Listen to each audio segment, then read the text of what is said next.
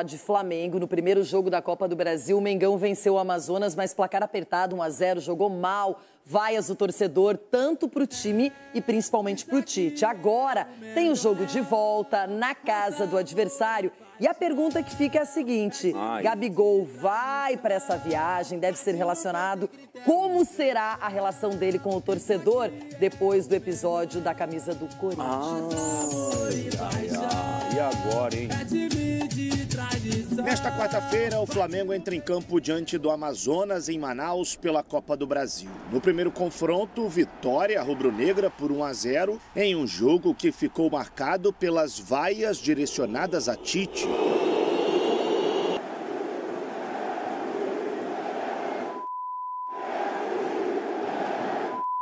O primeiro jogo foi um jogo difícil, onde o adversário soube suportar ali a nossa pressão. O tempo passou e muita coisa mudou desde o primeiro jogo entre Flamengo e Amazonas há exatos 20 dias. A equipe rubro-negra vem de duas boas vitórias contra Corinthians e Bolívar. Além disso, não sofreu gols. E a boa atuação dentro de campo fez com que o torcedor se empolgasse com o time novamente.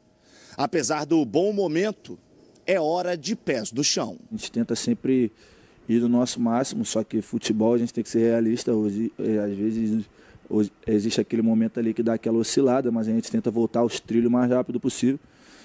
Estamos no trilho agora, mas como eu sempre falo, humildade, pés no chão, porque tem grandes coisas aí pra gente aí. Para o jogo de amanhã, o técnico Tite tem um desfalque certo. Léo Pereira, com uma lesão na coxa, está fora. Léo Ortiz deve ganhar uma oportunidade entre os titulares. No gol, Matheus Cunha começa na vaga de Rossi. Apesar de ter viajado com a delegação, Eric Pulgar deve começar no banco, assim como o Gabigol. Depois de dias turbulentos após o vazamento da foto de Gabi com a camisa do Corinthians, o Flamengo tenta reencontrar o equilíbrio para se afastar de qualquer possibilidade de crise.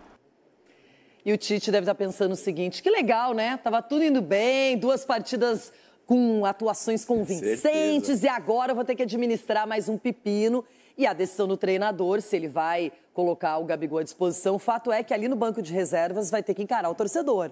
Tem muita gente torcendo para o Flamengo, lá é onde vai ser o jogo, não é na Arena da Amazônia. Agora, eu pergunto para você o seguinte: como gerir essa situação não só nessa partida, mas a partir de agora? Da melhor maneira possível, da maneira mais natural possível. Tanto é que a punição veio, que é a questão de tirar o número 10, né, do Gabigol. O pedido de desculpa do Gabigol também já veio. A gente pode questionar se foi verdadeiro ou não. Eu não senti verdade no pedido de desculpa dele, mas pode ser que tenha gente dentro do clube que tenha visto verdade no pedido de desculpa dele.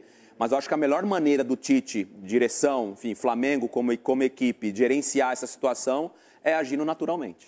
Agora a gente vê que ele vai ter que não só se explicar como ele já fez, mas vai ter que jogar bem. E faz tempo que o Gabigol não é aquele jogador tão efetivo, decisivo, várias vezes entrando na segunda etapa. Ok, teve o problema do doping, não participou de alguns jogos, mas está na hora também dele mostrar aquele potencial que todo mundo conhece. O melhor pedido de desculpa dele vai ser jogando bem, fazendo o gol. Aí vai ser o melhor pedido de desculpa para ele de cara ao torcedor do flamenguista.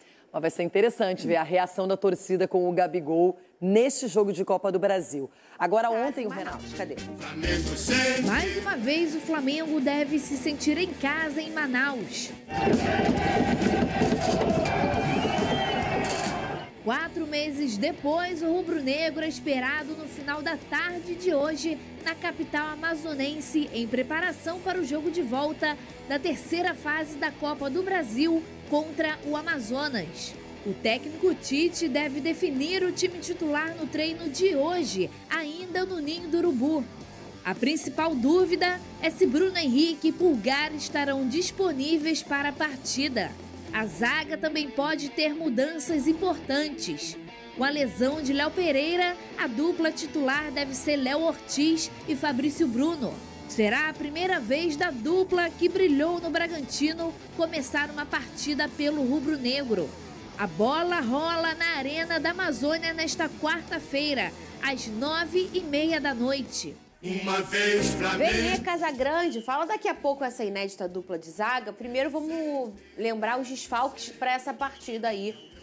Vene Casagrande contra o Amazonas. Vamos lá, eu ainda não tenho confirmação se o Pulgar vai viajar ou não, mas ele não inicia a partida, já a gente fala o time titular do Flamengo, ele não inicia a partida, lembrando que o Pulgar, embora esteja recuperado de um problema no tornozelo que ele teve, mas ainda não está 100%, ele não vai iniciar a partida, quem inicia, vou até dar um spoiler, é o Alan, que vem fazendo boas exibições com a camisa do Flamengo, e Bruno Henrique também não viaja. Bruno Henrique está fazendo um tratamento especial no tornozelo dele, mas a tendência, e ele está sendo preparado para o próximo jogo do Flamengo, que é na outra quarta-feira contra o Milionário, jogo extremamente importante pela Libertadores da América. Então, Bruno Henrique desfalque certo. O Gabigol está à disposição, embora tenha causado polêmica aí, a gente já falou muito sobre esse assunto, mas ele está à disposição, viaja normalmente com a delegação do Flamengo.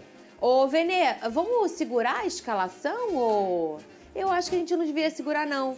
Para aquele pessoal que tá lá no outro canal. Ah, não. Vamos dar moral quem tá com a gente desde o começo, pô. Vamos lá. Vocês que estão com a gente que não trocaram pro Plim. Vene Casagrande, a escalação para esse Flamengo contra o Amazonas pela Copa do Brasil. Jogo amanhã. A gente já começa com uma novidade no gol. Matheus Cunha vai ser o titular desse jogo, porque a comissão técnica do Tite entende que é importante fazer esse rodízio dos goleiros. O Rossi vai ser escalado na Libertadores no Brasileiro e o Matheus Cunha vai ser utilizado na Copa do Brasil. Acho interessante. O Dorival fez isso. O Dorival fez isso, acho que dá ritmo de jogo. Você também mantém a confiança do atleta em alta, porque vai que o Rossi se machuca, o Matheus Cunha entra e ele está sem ritmo de jogo. Eu acho importante fazer esse rodízio, nada contra, até porque o adversário dessa quarta-feira é um adversário bem abaixo tecnicamente, é o Amazonas. Para quem não sabe, está na segunda divisão do futebol brasileiro. Na lateral direita, Varela, Fabrício Bruno, Léo Ortiz vai iniciar a partida no lugar do Léo Pereira, que está lesionado, eu nem havia mencionado a ausência do Léo Pereira, está machucado, não fica à disposição, está sendo preparado para o jogo contra o Milionários.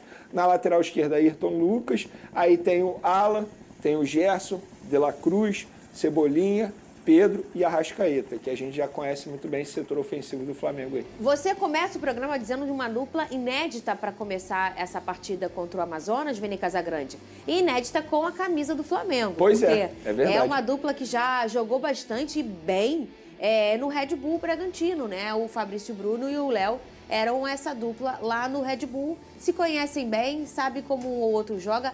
Aquele negócio de se conhecer no olhar, isso para uma dupla de zaga, é muito importante e essa dupla se conhece desse jeito, né? Pois é, não vai ter nenhum problema de entrosamento. Como você bem mencionou aí, é uma dupla que jogou muito e durante um longo período nos tempos de Red Bull Bragantino. Estamos falando de dois bons jogadores. Fabrício Bruno, inclusive, tem uma passagem recente pela Seleção Brasileira. O Léo Ortiz também já passou pela Seleção Brasileira, convocado pelo próprio Tite, que hoje é o atual comandante dele no Flamengo. Eu acho que o Tite está certo. Embora ele tenha colocado o Davi Luiz no lugar do Léo Pereira quando o Léo Pereira se lesionou no último confronto, mas eu acho que tem que dar rodagem também ao Léo Ortiz, porque ele foi contratado para jogar. E ele, na minha opinião, o Tite poderia até estar utilizando mais o Léo Ortiz. E tá certo, tem a possibilidade, sem Léo Pereira, inicia com o Léo Ortiz, embora não seja o lado que o Tite quer utilizar o Léo Ortiz, porque ele já demonstrou que quer utilizar o Léo Ortiz pelo lado direito, o lado que o Fabrício Bruno atua, mas tem ali a possibilidade de atuar pelo lado esquerdo, para mim nenhum problema. Léo Ortiz já mostrou que tem qualidade, independentemente dos lados. E segura todo mundo aí, porque é uma dupla que tem tudo para acontecer, assim, de ser uma dupla, se tiver oportunidade dos dois jogarem juntos, a ser abatida, sabia, Vene? Não sei se você tem essa opinião. É bom o Léo Pereira não demorar muito para voltar, porque a gente sabe que essa briga pela titularidade na zaga, ela vai existir. O Léo Ortiz, ele veio para brigar pela titularidade e há quem diga que ele veio para ser titular. Na minha opinião, eu acho que é meritocracia. Léo Pereira e Fabrício Bruno vinham jogando muito bem, desde a temporada passada, inclusive. Eu não vejo por que você, de cara, sacar um e colocar o Léo Ortiz, que foi contratado a peso de ouro, um valor milionário, a gente sabe muito bem disso. Mas eu sou a favor sempre da meritocracia. É o quê? Dá tempo para essa dupla jogar junto. Claro, não, dá tempo, assim, mas não tem jeito, é questão de meritocracia. Eu sou a favor sempre disso. Se Léo Pereira eventualmente cair de rendimento, tem o Léo Ortiz. Se o Fabrício Bruno eventualmente cair de rendimento, tem o Léo Ortiz. O que eu sei ninguém quer perder titularidade. Eles sabem que tem Léo Ortiz na sombra deles. O que eles vão fazer?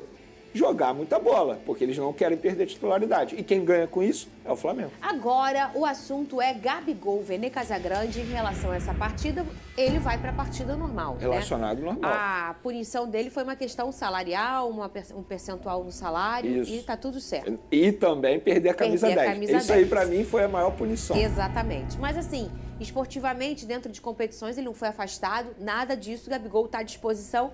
E clinicamente e fisicamente, ele também está bem. Como que você acha que vai ser a realidade, Vene Casagrande, do Gabigol a partir do episódio da camisa do Corinthians? Clinicamente, fisicamente, ele está bem. Mas tecnicamente, ele está muito mal. Se antes, na minha opinião, o Tite o utilizava por conta da pressão da torcida, agora eu acho que a torcida não vai colocar tanta pressão assim para ele ser utilizado. Então, eu vejo o Gabigol sendo menos utilizado pelo técnico Tite. Por exemplo, se o Pedro, de fato, é porque o Pedro também não está 100% por conta de dores musculares. Se durante o jogo ele precisar ser substituído, aí o Gabigol vai entrar, porque o Carlinhos não está à disposição, já atuou pelo Nova Iguaçu pela Copa do Brasil, então ele não pode entrar em campo. Mas eu não vejo a torcida colocando pressão e eu acho até que o Tite vai utilizar bem menos o Gabigol, porque a gente sabe como o Tite é pragmático. Vocês acham que o Tite gostou de ver aquela imagem?